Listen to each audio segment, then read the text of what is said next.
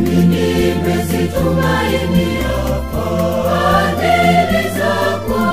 Moyo wangu na ufurahie wokovu wako, nami nimezitumainia fadhili zako. Moyo wangu na ufurahie wokovu wako.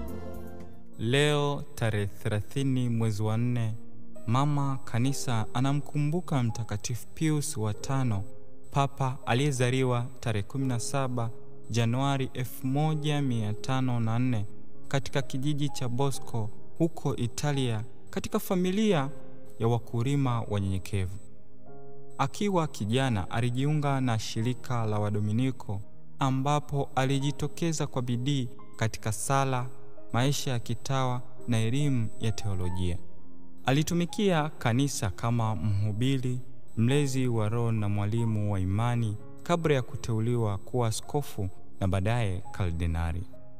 Mwaka 1566 alichaguliwa kuwa papa na kuchukua jina la Pius wa 5, akiongoza kanisa wakati wa changamoto za baada ya mtaguso wa Trento.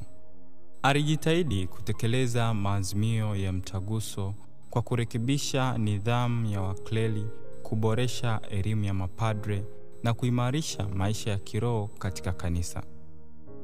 Mojawapo ya mafanikio yake makubwa ni kuchapisha misale wa Kirumi wa mwaka 1570 ulioweka msingi wa umoja wa liturujia ya Kilatini. Alijulikana kwa maisha ya unyenyekevu na toba, akiendelea kuvaa vazi la Kidominika hata akiwa papa na kuishi maisha ya kawaida ya kitawa ndani ya ikulu ya kipapa. Katika uongozi wake alisimama kidete kulinda imani ya kanisa dhidi ya mitazamo potofu na alipambana vikali na mmomonyoko wa maadili miongoni mwa viongozi wa kanisa. Alikuwa papa wa sala na ibada, mwenye upendo kwa maskini na moyo wa haki. Alihamasisha waamini kusali rozari takatifu, hasa wakati wa vita vya Lepanto, ambapo alisali kwa bidii kwa ajili ya ushindi wa Wakristo dhidi ya wavamizi wa Kiislamu.